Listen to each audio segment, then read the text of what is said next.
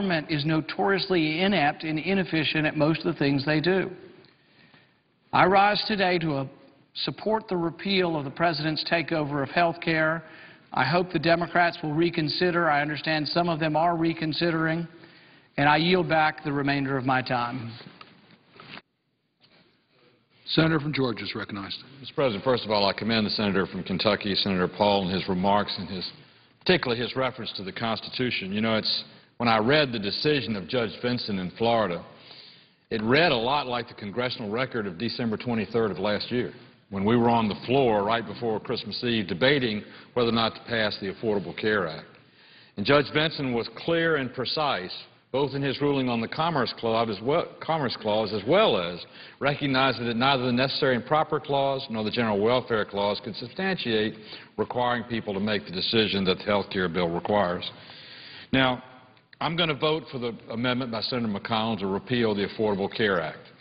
And I want to repeat the reasons that I stated a year and a half ago on the floor of the Senate as to why I believe that.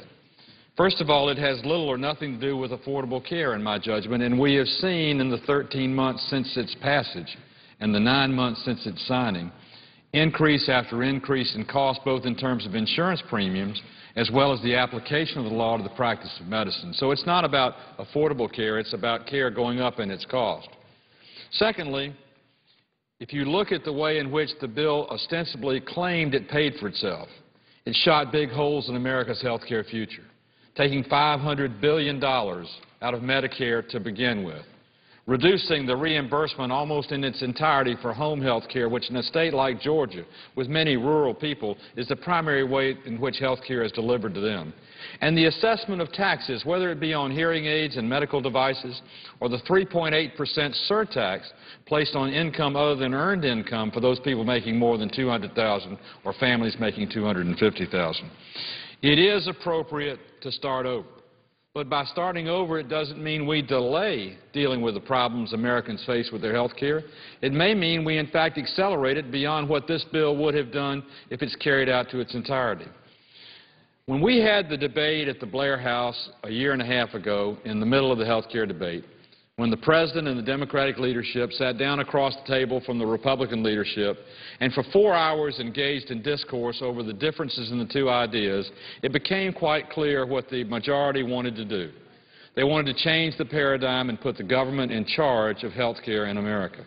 And that's why every provision of the bill, from the fines for not buying insurance to the provisions of reimbursement, drive government to be the decision maker and the controller. Just as the distinguished senator from Kentucky talked about the price of health care today. The price of health care begins and ends with the assessment of reimbursement made in Washington, D.C. So, number one, we do need to change the paradigm and get back to a capitalistic type system and a competitive system. For example, repeal the barrier on interstate sales of health insurance and have a national marketplace. Allow affiliated groups or similar groups to join together and compete across state lines as a larger risk pool, like independent contractors, like the profession that I came from, real estate agents, who are not employees, that don't have the benefits of ERISA coverage, but bound together could compete with IBM or 3M or any other company in buying insurance as a group with a large enough risk pool to reduce the cost of their premiums and raise the area of their coverage. It is very important that we realize that the real solution to health care, both in terms of its cost as well as a healthy America in the future, is the way we practice wellness and disease management. And those are the types of programs we can begin to incentivize now to raise them in their practice and lower in the out years the cost of health care and begin to get our arms around what is right now a spiraling contributor to the deficit and to the debt. But most importantly of all, the fact that over 70 waivers had been issued by Health and Human Services already is proof the bill is flawed. And it's proof its continuation up until its beginning in 2014 is going to be nothing more than making other exceptions for other groups to try and make a bill that's designed to fail work. It won't happen. It should be repealed. And I commend the leader on his amendment, and I will vote for it this afternoon on the floor of the Senate. And I yield back my time.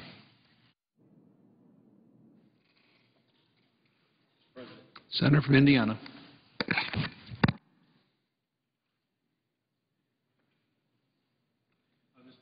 It was my understanding that another member from the Democrat Party was going to speak at this time, but not seeing him, I think I will just go ahead and deliver my presentation.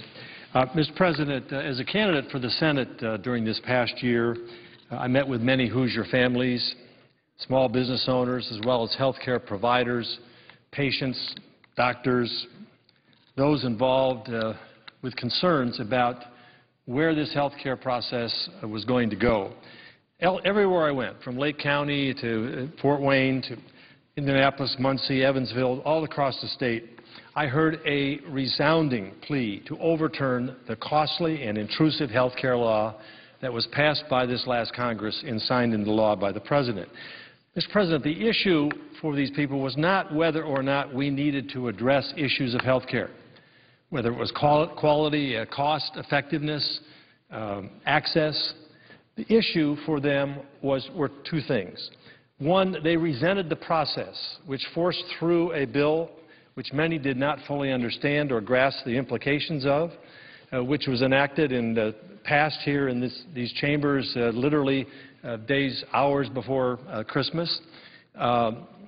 Rather than the rules were bent to try to move this through the process, and it became a policy which was not supported on a bipartisan basis, but yet a policy that affected virtually every American. And experience tells us anything. It is that massive changes in policy need bipartisan support to be acceptable if they're going to be effective. The agreement was, therefore, among the majority of people that I talked to, that the health care plan that is now in place is fatally flawed and needs to be repealed so that we can start over with a much more cost-effective, efficient, affordable health care plan. Those who have listened to the people, expressed their views on this particular issue, have come to the conclusion that their voices were not heard. As they expressed throughout the deliberation of this, that Congress wasn't hearing what they were saying. The results of November, I think, with this issue being central to the election, ratified that. And so I urge my colleagues here in the Senate to listen to the American people and repeal the law that's before us, a health care law that raises taxes, penalizes businesses, straps states with costly mandates, and increases premiums for American families. Recent polls show a significant majority of Americans want the President's health care law to be repealed, and they want Congress to start over and put together a plan which doesn't eliminate every part and parcel of the law that passed. There are some good provisions in there, but overall, the provisions add up to a flawed policy that will cost the taxpayer a lot of money and will not provide the access and the care and the quality that Americans are looking for. We know that more than half the states, including my state of Indiana, have joined in lawsuits challenging provisions of the constitutionality of the law. That will be settled by the Supreme Court in due time. But I believe we must take this opportunity now to overturn the law and start over. Let me just address some of the consequences to my state of Indiana and to Hoosiers if we do not repeal the current health care law. Hoosier families will clearly face higher premiums. The nonpartisan budget experts from the Congressional Budget Office reported that individual health insurance premiums will increase by $2,100 per family as a result of this new law. If we do not repeal the health care law, 50,000 low-income Hoosiers will be dropped from the Healthy Indiana plan. This was a plan implemented by our governor and our state representatives and senators, an innovative plan that addressed a real problem of low-income Hoosiers not qualifying for other support. This plan put in place a proposal for health savings accounts. The program has been so popular that it now includes more than 50,000 participants. Unfortunately, as a result of the health care law, the state will need to terminate the Healthy Indiana plan and place its participants into Medicaid. This is just one example of a provision of law enacted at a federal level that denies units of government, states, localities, and others, from innovating and bringing about sensible, market-based solutions to programs that they face and needs that they need to address. But as I said, unfortunately, the one-size-fits-all federal law basically says to those states and those innovators, no, we know better, we'll tell you what to do, regardless of what the cost is or regardless of how effective your program is. Our governor had negotiated a savings of $400 million over a 10-year period of time in prescription drugs for low-income recipients. That plan has to be overturned. It is overturned by this law and no longer will be in effect, therefore costing not only the state the savings that are lost in this, but also the recipients of the prescription drugs. If we do not repeal the health care law, Hoosier taxpayers will bear a heavy burden. The law will force Indiana to expand Medicaid, enrolling approximately 1 in every 4 citizens in the program. According to an actuarial analysis by the Indianapolis-based Milliman, Inc., a nonprofit, nonpartisan group, Indiana will have to absorb an estimated $3.6 billion in new costs over the next decade if the 1.5 million eligible Hoosiers enroll in Medicaid, which they would under this plan. That burden is passed on to Hoosier taxpayers, and our state, frankly, cannot afford to do that. The report also predicts that Indiana would have to spend more than $300 million on new administrative costs alone. So with states already facing budget cuts, there's no doubt that these costs will either be passed on to taxpayers or the state will opt out of the plan and turn the people over to the exchanges and to the control of the federal government. If we don't repeal the health care law, Hoosiers will see a decrease in the quality of service of care. I met with physicians, health care providers, hospital administrators at sites all across the state. I heard a very common concern. The new law will jeopardize the quality of care for patients. The health care plan cuts reimbursement dollars for hospitals and providers at a time when they can least afford it. These cuts simply exacerbate the dire shortage of doctors and nurses and will result in less advanced care for people in need, less personal attention from providers, and fewer choices for patients. If we do not repeal the health care law, Hoosier businesses will suffer. The President's health care overhaul hits our job creators with harmful mandates and regulations, mountains of paperwork, and countless taxes. The new law requires businesses with 50 or more people on staff to pay a $2,000 tax per worker if the employer does not offer an acceptable health insurance plan for its employees. Mr. President, if I heard one thing more than any other thing from business owners, it was that this law will drive them to make employment decisions that are adverse to the benefit of those seeking employment. Companies that were in the 45 to 50 range of employees or even less have basically said, if the choice comes to whether to hire new employees or whether to outsource, whether to use technology to replace those employees, if I have to go over 50, I will do that rather than hire new employees. It's just an arbitrary line drawn at 50 basically puts the job creators of this country, the small and medium-sized businesses, in a position of having to decide whether to take on the mandated tax burden of the federal government or whether or not they will, or simply not go forward and hire over that particular limit and find other ways to produce their product without added employment. At a time when we are facing 9+, nearly 10% in many areas, unemployment, putting a law in place on a nationwide basis that discourages businesses from hiring is simply the wrong thing to do.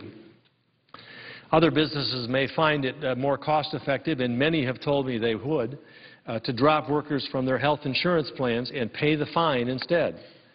Turtle Top, which is a shuttle bus maker located in New Paris, Indiana, found that dropping health care coverage for employees and paying the federal penalty would generate a savings in the 6-figure range for the company. That is a story repeated over and over and over.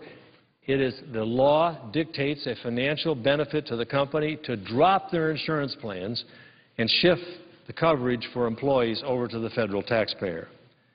In fact, the administration's own estimates revealed that the more than 6,000 pages of regulations mandated by the law could force half of all employers, as many as 80% of small businesses, to give up their current health care coverage within the next 2 years. Now, one burdensome regulation is the 1099 provision. I believe we're going to have a vote on that amendment, and I hope that it passes. This is one of the many egregious, unexpected consequences of pushing a law through without fully understanding the law and the implications of the law. And rather than begin a piecemeal approach to deconstructing this 2,100-page or more bill, I believe it's expeditious for us to repeal and start over. The medical device tax particularly impacts my state. It adds a 2.3% sales tax on medical devices. This is an industry in the state of Indiana that probably is one of our top manufacturers, making a profit, hiring people, and yet arbitrarily taxed as a way of helping to pay for the costs of the health care bill. Cook Medical, a medical device company in Bloomington, expects the new health care law will cost the company $15 to $20 million per year. And this is a company, along with Biomet, Zimmer, and many other medical device companies, that simply had the deep pockets because they were producing products that the world wanted to buy. They were one of our export leaders, and because they were making profits at a time when the federal government was looking for money to pay for other aspects of the health care plan, they simply added a 2.3% sales tax on their devices, a total of about $20 billion. The health care law devastates Indiana businesses. 1 out of every 10 individuals today in Indiana is looking for a job, and Congress should be focused on ways of encouraging those individuals and encouraging private sector growth and job creation, not stifle it. Our health care system in America has problems, but restructuring it with a one-size-fits-all government-run plan that increases taxes, raises premiums, and hits businesses with penalties is not the right fix. Congress needs to repeal the current law and start over by a step-by-step approach that reduces the skyrocketing costs of care. Now, listening to Hoosiers over this past year, I created a list of 10 priorities that Congress, I believe, should focus on when we do start over. 1, allow competition across state lines. We need to improve access and the quality of care by increasing competition and allowing consumers to purchase health insurance across state lines. Encourage innovation, and I talked about the innovation that's taken away from our state through this law. Eliminate frivolous lawsuits, include liability reform. How this bill could have passed without liability reform as a part of it, when all of us know that defensive medicine is forced upon doctors and providers and hospitals through frivolous lawsuits without a sensible process of providing for those who clearly are victims of malpractice, but taking away the egregious steps that have been taken and egregious awards that have been made for honest mistakes. Without that being a part of the health care bill, it undermined the credibility of what Congress was trying to do and what the American people and health care providers were looking for. Improving Medicaid and the S-CHIP program, allowing for the immediate creation of association plans for small businesses, incentivizing and rewarding healthy lifestyles, expanding health savings accounts, not reducing them, advancing the use of electronic medical records, increasing cost transparency, and retaining our promises to our military personnel, veterans, and their eligible family members are all components of the more detailed plan that I outlined this past year in Indiana. Most importantly, I believe the underlying principles to ensure our health care system is one that preserves personal freedoms and puts individual control of their own health care decisions is critical to addressing the next bill that we take up.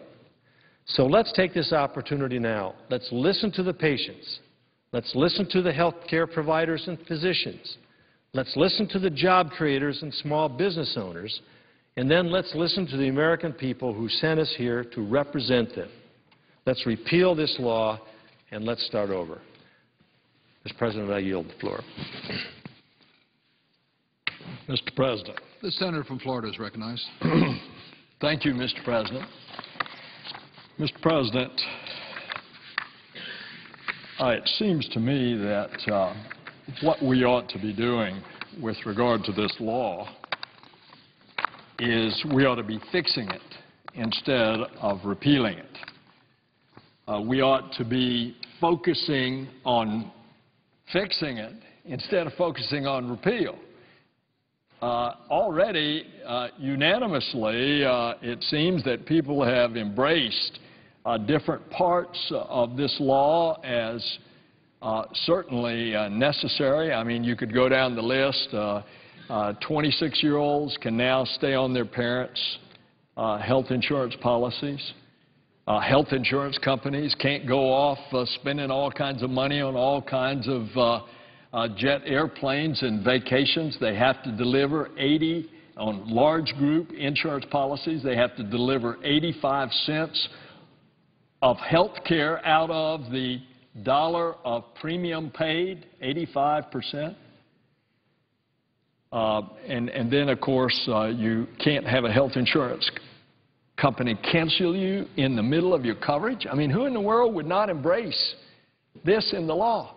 That you can't have some silly kind of reason that you're not going to give health insurance to a patient because they had a pre-existing condition when in fact they had a skin rash, and that's an excuse. There's a lot in this law that is good, not the least of which is that there are 35 million people out of the 45 million that are uninsured in this country that come 2014 will have private insurance, private exchanges called health insurance exchanges in each state of which they can go and shop for health insurance. And if they can't afford it because they're somewhere between the rate at which they're eligible for Medicaid, which they get the health care, or they're up to 400% of the poverty level for a family of four, they will have some assistance from the federal government so that they can purchase that private enterprise, free private enterprise exchange insurance. And you know what happens? If you can bring 35 million people into the health insurance system, what happens to them? Then if they have health insurance, they start getting preventative care. That means you avoid what happens now is they don't have health insurance. They avoid going to the doctor because they can't afford it. They wait until the health problem turns into an emergency. Where do they end up? They end up in the emergency room, which is the most expensive place now with a full-blown emergency, and the laws of the 50 states require the emergency rooms to treat those people. And guess what? Who pays? All the rest of us pay. So if you can bring 35 million people out of the 40-some million uninsured Americans into the health insurance system, you bring down the per unit cost that all the rest of us pay, which is tacked on to the health insurance premiums that we pay. Because when the hospital picks up the tab, who do you think ultimately pays? It's distributed right out to the health insurance system, and the rest of us end up paying. So there's a lot of good in here. What we ought to do is fix it. We shouldn't repeal it. Now, there is another issue that has arisen. And this great debate that we are having that is of historic proportions on what's going to happen to this law that was passed in this body by a 60-vote margin, what's happened is there's been a lot of lawsuits filed. And in 2 cases, federal district judges have ruled that the law is constitutional. And in 2 other cases, federal district judges, this is the lower court of the federal court system, they have ruled that it is not constitutional. Now, of course, we have had action by the legislative branch, the other house. The House of Representatives have voted to repeal the law, and now here we are with the issue in front of us, of which we're going to vote later today. Well, doesn't anybody conclude that this matter is going to the Supreme Court to decide if this law is constitutional or not? When the Supreme Court decides,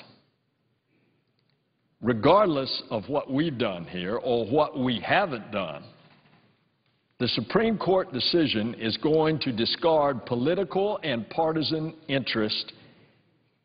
And so, isn't it in our interest, isn't it in the common sense interest, if we would come here and join together in a resolution to petition the Supreme Court to have an expedited review? Now, typically what happens with these 2 for and 2 against, that's going to work its way up through the Court of Appeals, and that's going to take another year, year and a half, and then it'll get to the Supreme Court, and that'll take another year, year and a half. Why don't we just expedite the matter? And why don't we express our intent to have an expedited review by the Supreme Court? Well, I have filed such a sense of the Congress, a resolution, and its passage might prevent people from arguing back and forth over this law for the next several years. And everybody in this country that's going to be affected would have an answer, and they deserve an answer. And therefore, I would urge the Senate to consider adopting the resolution asking the Supreme Court to step in and to decide quickly whether the current law meets the constitutional test. My preference is that we fix the law, that we not throw it out. I don't want to go back to the days of the insurance companies dropping people because they get sick or depriving seniors of help getting their prescription drugs. But because the matter ultimately is going to be resolved by the nation's highest court, I think we ought to take a common sense approach of this resolution. And I would urge my colleagues to adopt it. Now, Mr. President, I see no one else is on the floor seeking recognition. I would just add that another common sense thing in this law that certainly means don't repeal it is the assistance that is given to senior citizens. That assistance is in the form of help with the cost of their prescription drugs. The Congress passed, and it was signed into law years ago, a prescription drug benefit, but that benefit was only partially assisted by the federal government, and senior citizens had to pick up a big part of the tab. This law closes a lot of that gap, what is commonly referred to as the donut hole. We don't want to take that away from senior citizens. And I certainly think that's going to stand the constitutional muster. There's another part of this law that is so beneficial as well, and that is that Aren't we concerned about the deficit? Aren't we concerned about how we're going to get our country back on a road toward balance of our deficit so that we have a balanced budget? Well, what this law does, which seems to me common sense that you don't want to repeal it, it saves the federal government, according to the Congressional Budget Office, a nonpartisan, highly technical economic team. It saves the federal government $250 billion over the next 10 years, and in the second 10-year period would save up to $1.2 trillion to the federal government. There's plenty of reasons that we ought to fix it instead of repealing it. And I would urge my colleagues, and I see my dear friend from the state of Nevada came in before he came in, I had urged us to consider a sense of the Congress resolution to have an expedited appeal to the U.S. Supreme Court. Mr. President, I yield the floor. The clerk will call the roll of the Senate. Mr. Akaka.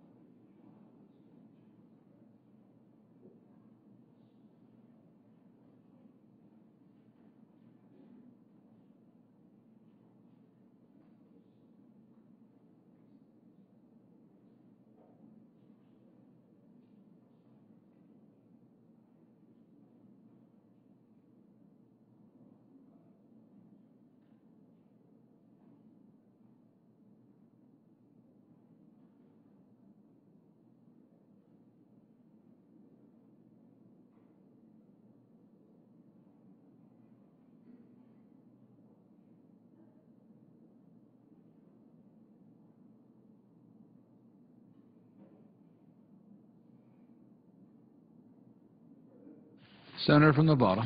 Mr. President, I ask that the quorum call be dispensed with. Without objection, the senator is recognized.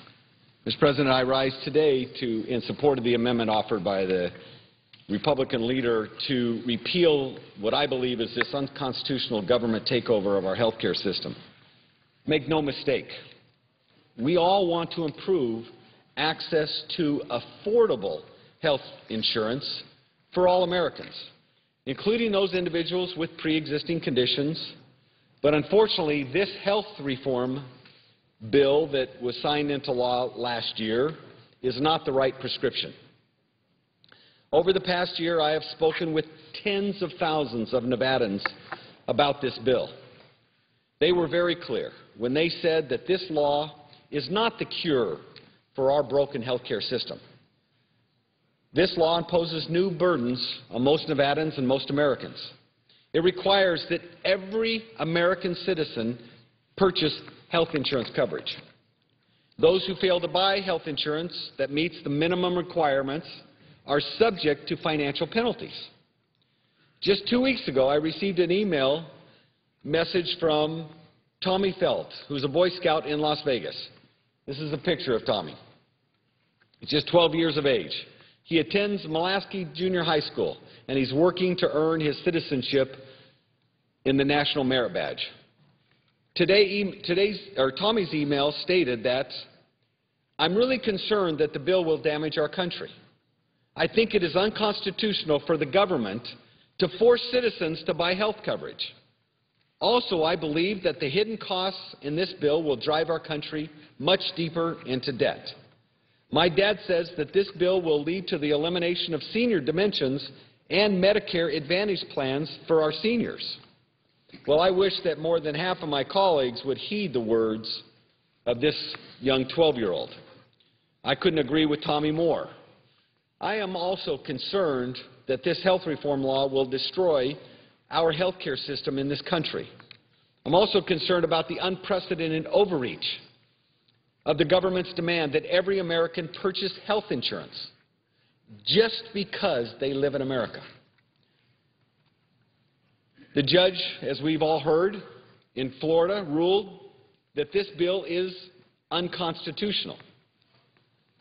Let's ask the question, is it really constitutional for the government to tell all Americans that they must buy health insurance? What's next? What personal liberty or property will the Congress seek to take away from Americans next? Will the government mandate what cars we're allowed to drive or what food that we feed our children? Mr. President, where do we draw the line, or will we even draw one at all? After all, the Constitution is about enumerated powers, specific powers given to the Congress. This bill blows the lid off of those enumerated powers. Now, I've spoken at length about the unconstitutional provision and even raised a constitutional point of order before the Senate voted to pass this reform bill. As I mentioned earlier this week, the Florida judge ruled the individual mandate unconstitutional, and even went so far as to say that the whole bill is unconstitutional because it cannot be separated out. In December 2010, a federal judge in Virginia also struck down the individual mandate as unconstitutional. Now, we know it could take several years for this case to reach the Supreme Court of the United States, and my good friend from Florida, Senator Nelson, talked about expediting that procedure. I think that makes a lot of sense, so that we don't have to wait several years for the Supreme Court to reach its decision. The administration should ask for that, and the administration has the right to bypass the Court of Appeals and go directly to the Supreme Court. But in the meantime, because it may take that long, several years, we should act to repeal this law before we begin to suffer under its tyranny. Now, going back to Tommy, his email addressed the significant costs associated with this health reform bill. Tommy has every right to be concerned. In fact, every American should be concerned. Spending in this country has continued to spiral out of control. The health reform law is only adding to our financial demise. Unless repealed, the law will further exacerbate the cost of health care, explode our deficit and debt, and forever alter the relationship between the government and the American people. Now, we hear from the other side that this is going to reduce the deficit, that this bill is, because there were $500 billion in cuts in Medicare, increased taxes. Those cuts in Medicare, by the way, that Congress could repeal, and often does.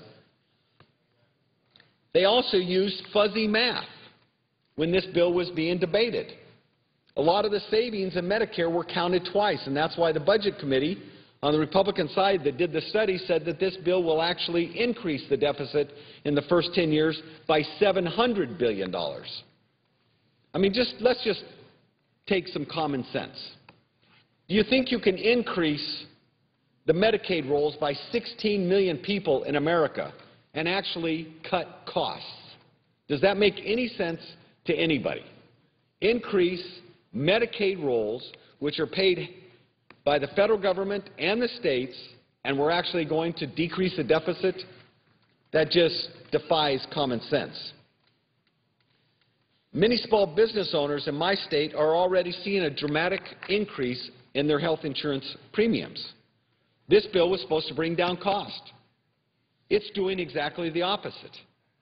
I've met with with many companies across our state, but with 3 large companies that I met with, they've actually tell me that they're considering, because of the cost standpoint, dropping their health insurance, paying the $2,000 fine per employee, because it makes cost common sense to them. They can pay their employees a little stipend. They can put their employees on the government system, and they're money ahead. Well, with businesses struggling just to make it today, people are actually looking. This could be the difference between staying in business and not. So they are looking at huge increases in their premiums or paying the fine and putting people on the government system. That's one of the reasons that I think that this bill is going to massively increase the federal debt. This law does not help the typical Nevada family who purchases insurance in the individual market either. In fact, traveling this state, I met with Nevadans who are already seeing increases in their premiums. The estimates are for individuals, it's 10 to 13% increase in their premiums because of this bill. But small businesses that I've talked with, the increases already that they're seeing this year are somewhere 15 to 30%. A few of them around 8 or 9%, but most of them are between the 15 and 30% range. And in my state, unfortunately, about 70% of all businesses, their health plans won't qualify for the minimum plans in this government, that this government is going to mandate starting in 2014.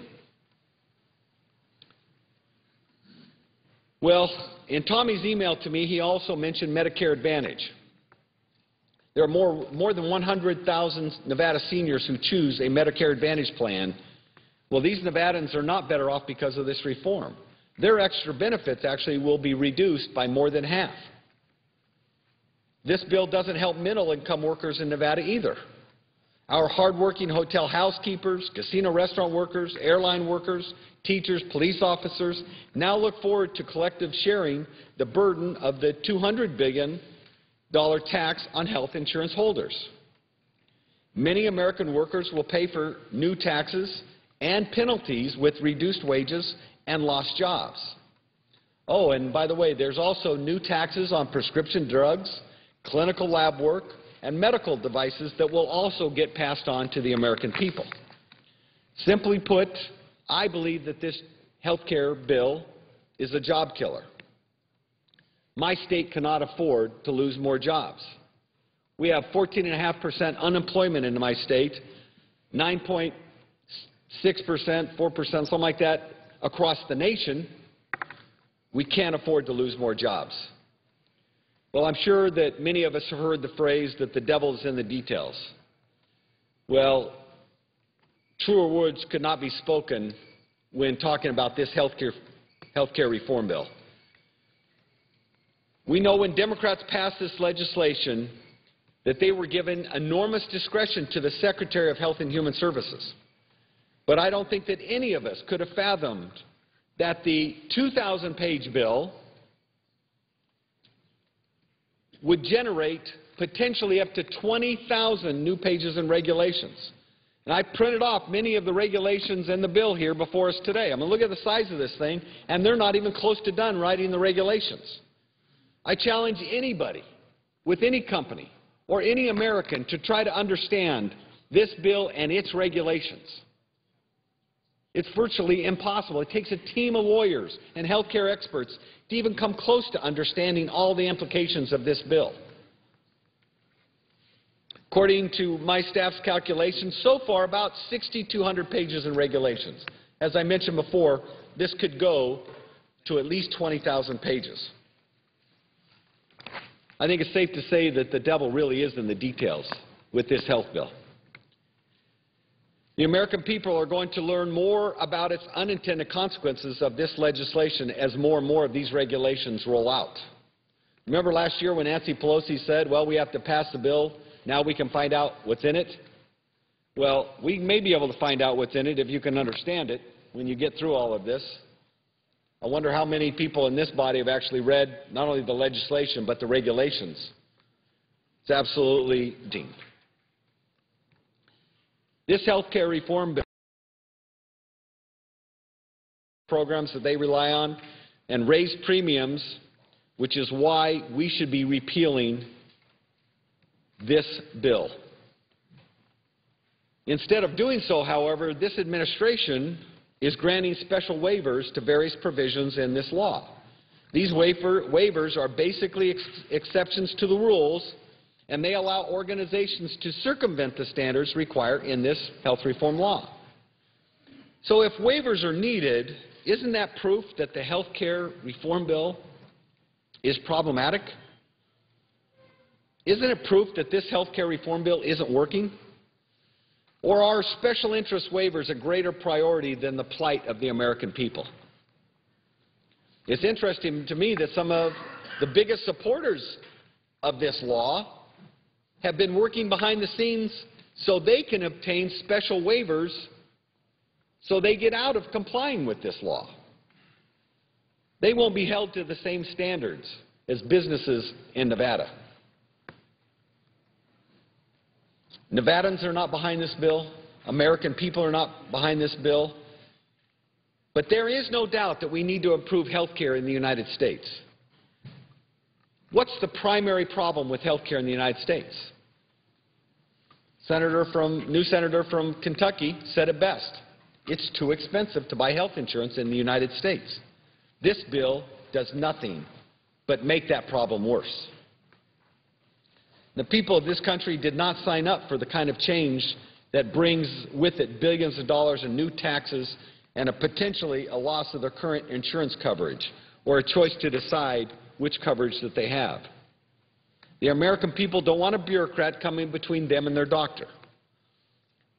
Now, turning my attention back to taxes just for a moment. This bill alone ensures that hardworking Americans hand over even more of their paycheck each month to the government. It's funny how reforming health care means more money for Uncle Sam.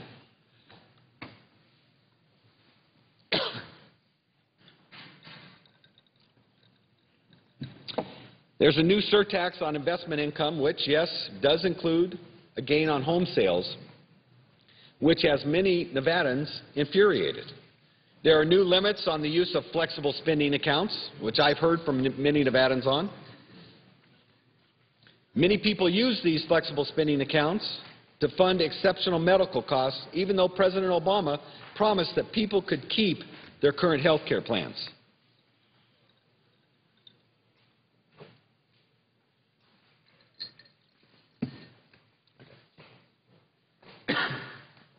Excuse me. There's also a new tax on certain employer-provided health care, the so-called Cadillac plans. There's taxes on drug companies, medical devices, indoor tanning services, and the onerous 1099 reporting requirements for small businesses that apparently even President Obama opposes now. He said in the State of the Union address that we need to fix parts of the bill that need fixing and move forward. Well, I believe this whole bill needs fixing. So let's repeal it and replace it with real health care reform that actually attacks the cost, which is the #1 problem in health care in the United States. We can go back to the drawing board, take the best ideas from both sides of the aisle, put together a health reform bill that will take us into the future. Republicans have come up with many ideas on ways to fix the nation's broken health care system. The answer is not unbearable taxes, unsustainable growth of the government, or paying for a brand-new entitlement program. Those aren't the qualities of comprehensive health reform. They're the qualities of terrible policy that will lead to devastating results for Americans and our health care system, which is the best in the world. There is a better way. It will take time, but if we can change the way that Americans think about health care, then we can create a better system. Imagine a system where Americans get to keep their choices in health care and where they're allowed to buy insurance across state lines. Imagine a system where there's transparency, where you know how much your doctor's visit will cost and how much your surgery will be. Ask yourself, when was the last time you went to a doctor's office and got a written estimate? This third-party payer system we have, somebody else is paying the bill, you're receiving the service, doctors don't care what you think of the cost. So there is no transparency in today's system. We need to have a system that's transparent where you can shop around for the best value for your money. And imagine a system that rewards individuals for engaging in healthy behaviors. Imagine a system where you're not punished for having a pre-existing condition. Imagine a system that allows small businesses to pool their purchasing power together to provide health insurance to their employees through small business health plans. Imagine a system where doctors can practice medicine to heal patients instead of practicing medicine with the goal of not being sued. And imagine a patient-centered healthcare system, not an insurance-centered system, and not a government-centered system, which is what we have today. These are all standards that we should work towards. We can't afford to settle for this bill. This bill. This bill, I believe, will bankrupt our country, our families, and our neighbors. We simply cannot survive with this agenda of taxing and spending away for our future. We can't survive it. We cannot afford it. So, Mr. President, I believe that we should repeal this bill.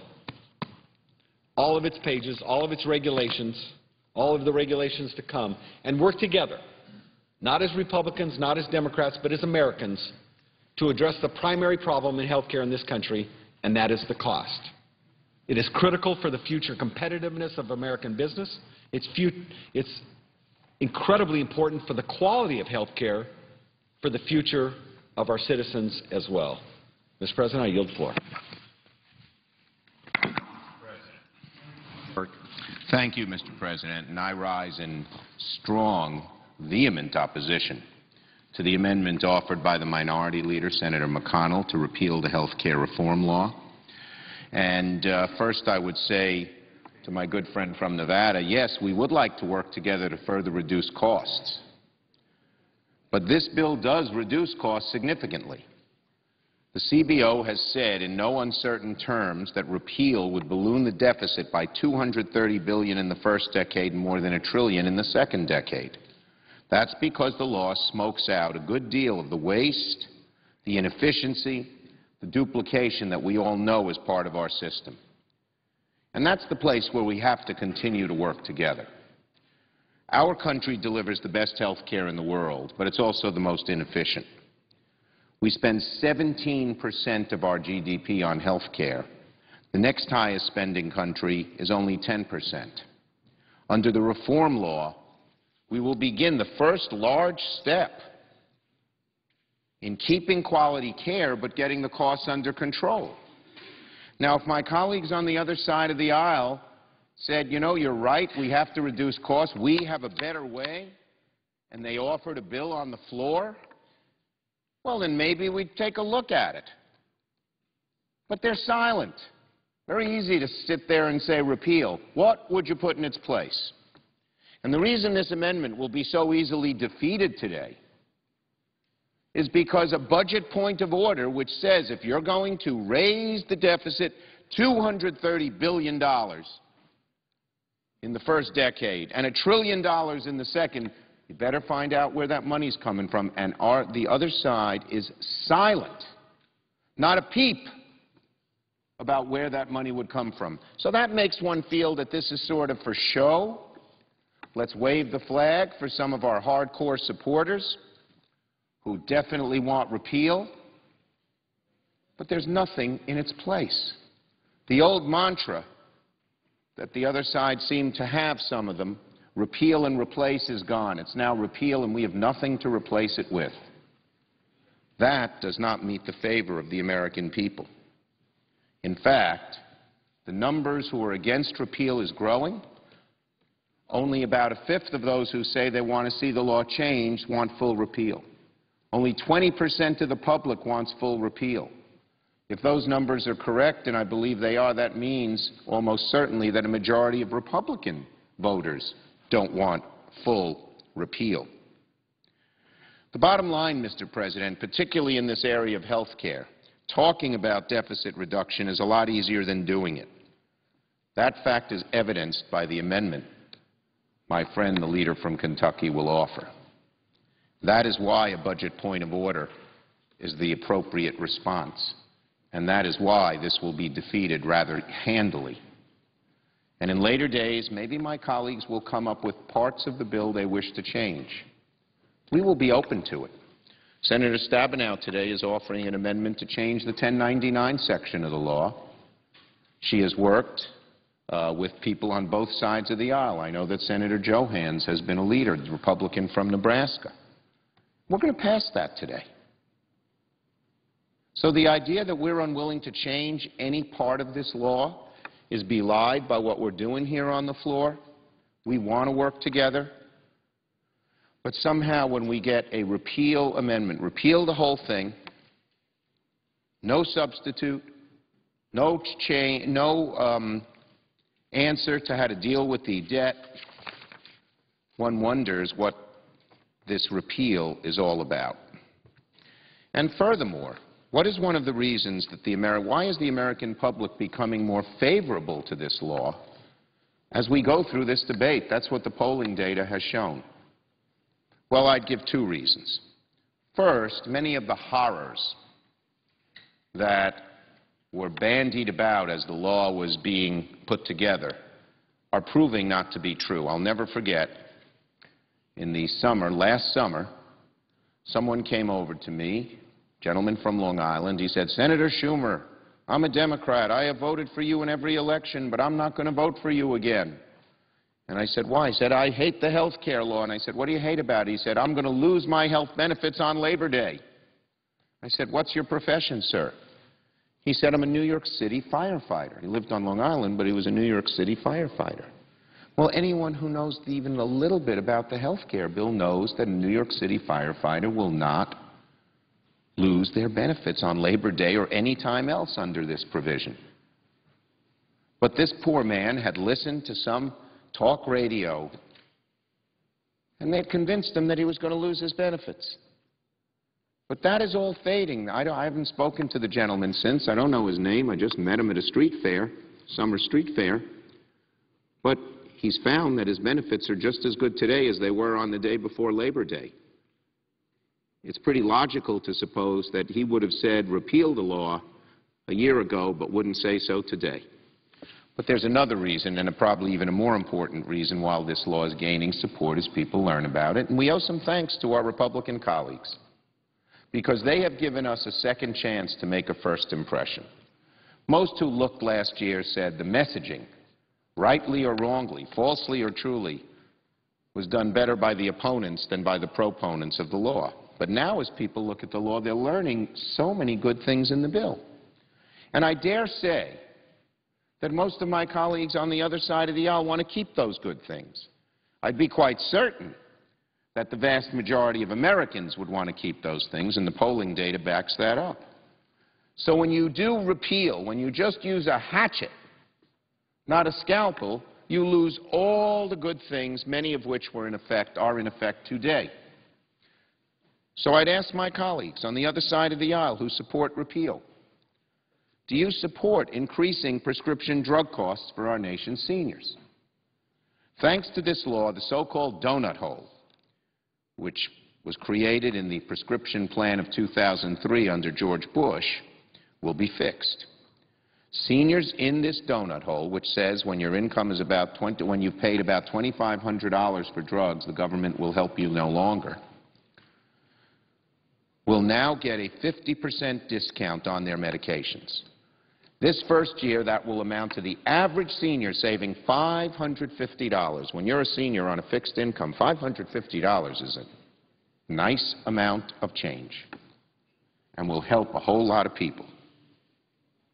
The discount keeps increasing every year until the last crumb of the donut hole is gone. I will admit that's a mixed metaphor because a donut hole, by definition, has no crumbs. But good try, staff. Excellent work. In any case, sounded very good to me, too.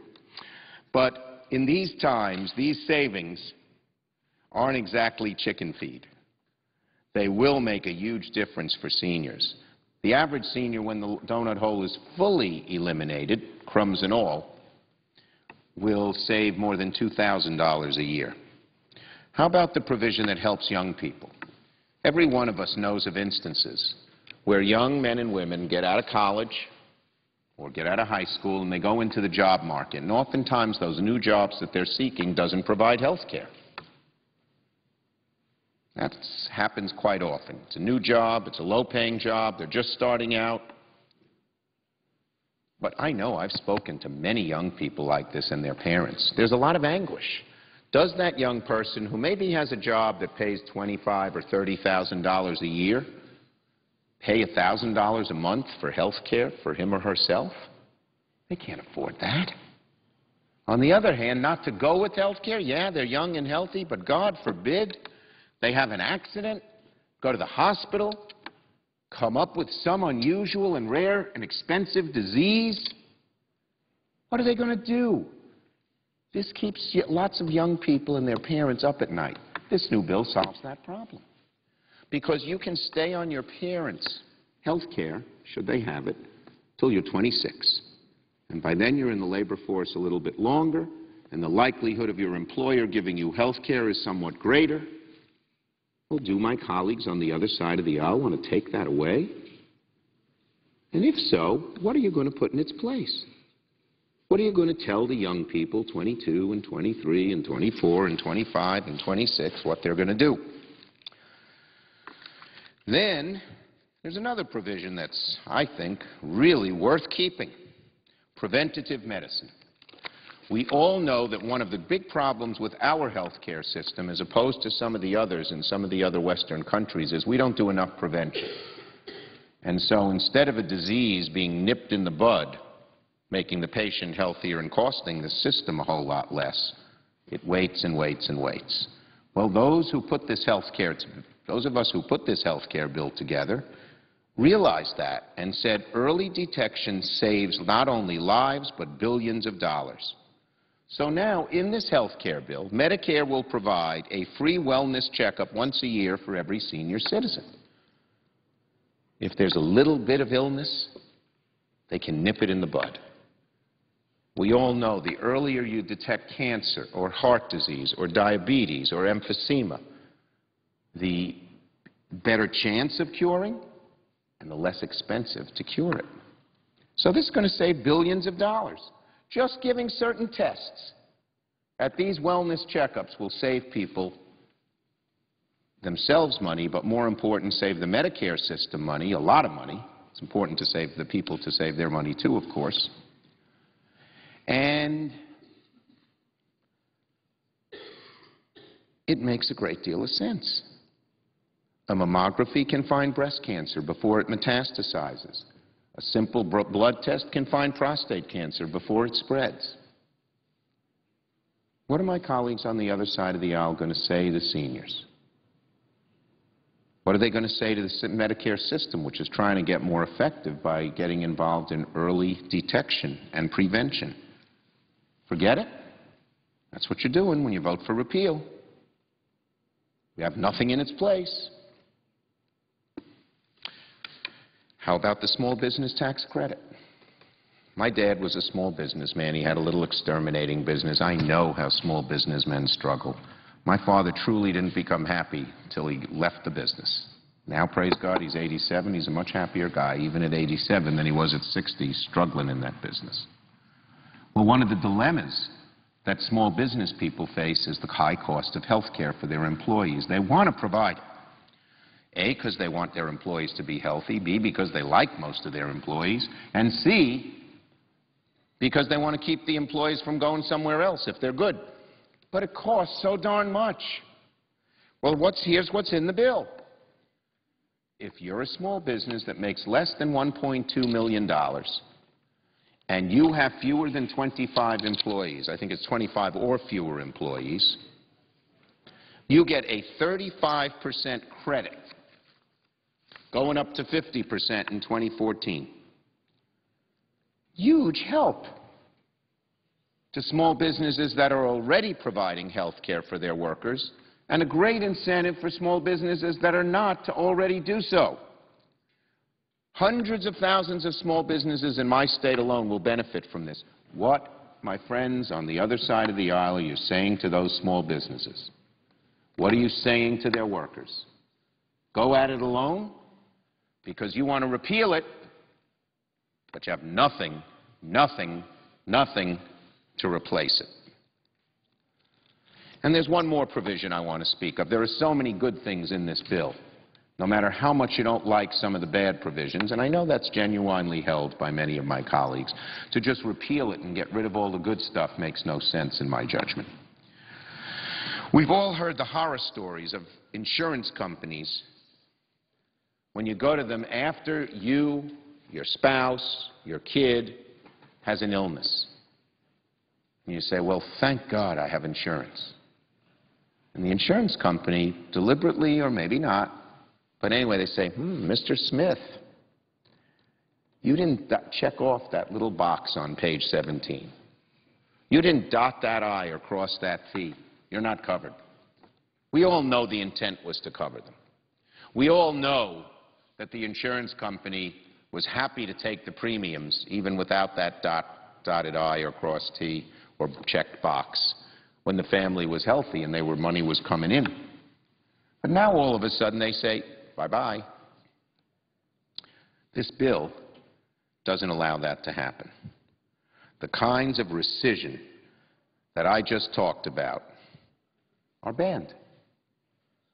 What are we saying? Not just to the families who have experienced this, but to every American family with insurance that worries about this. What are we saying to them? Again, you have nothing in its place because you are repealing, not replacing, even though people had said early on that that's not what they're doing. So I'd say in conclusion, or just one more point before I conclude, we are willing to work with you. The Stabenow amendment on the floor of the Senate shows just that. I would have drafted it a different way, and there will be 11 amendment that I would prefer. But either way, we're going to address the 1099 issue. Many people on your side of the aisle, many people on our side, that was a mistake. Not every bill is perfect. But we're not digging in and saying we have to have the bill exactly as written and exactly as drafted. But you're doing the inverse. You're saying we have to have no part of this bill. Because if you wanted to retain parts of it, you would have had an amendment on the floor saying take these parts out and keep these parts in. But you're not. Why? Well, your guess is as good as mine, but it's a lot easier. It's a lot easier to just tear down than create, as we learned when we did the health care bill. But you really have an obligation. Unless you believe there shouldn't be a health care system, or we ought to go back to the system without any changes in the law that we had, which nobody liked, it's not fair. So, in conclusion, one, this bill reduces the deficit. The repeal increases the deficit, and there's no money there to make up for those funds that the bill would bring in by cost cutting and by fees. Second, there are lots of good things in the bill that probably my colleagues would support, but they just get rid of them with no replacement. Nothing. Nothing for the seniors, nothing for the 21 to 26-year-olds, nothing to the people who are treated poorly by their insurance companies. And third, we want to work with you. There are some changes that we could work together on in the bill, not only 1099, but further walking down the road of reducing the inefficiencies in the system, the high cost, the waste, while still preserving good care for the people who get it. That's something that would lend itself, particularly in these times of high deficits, to bipartisan support and working together. But today, simple repeal, again, it may feed some red meat to the minority in this country. It's a small minority, if you believe the polling, who say just repeal it. But the responsible job of a legislator, whether you agree with this bill or disagree with this bill, is not to repeal, but to improve. That isn't happening today. Mr. President, I yield the floor.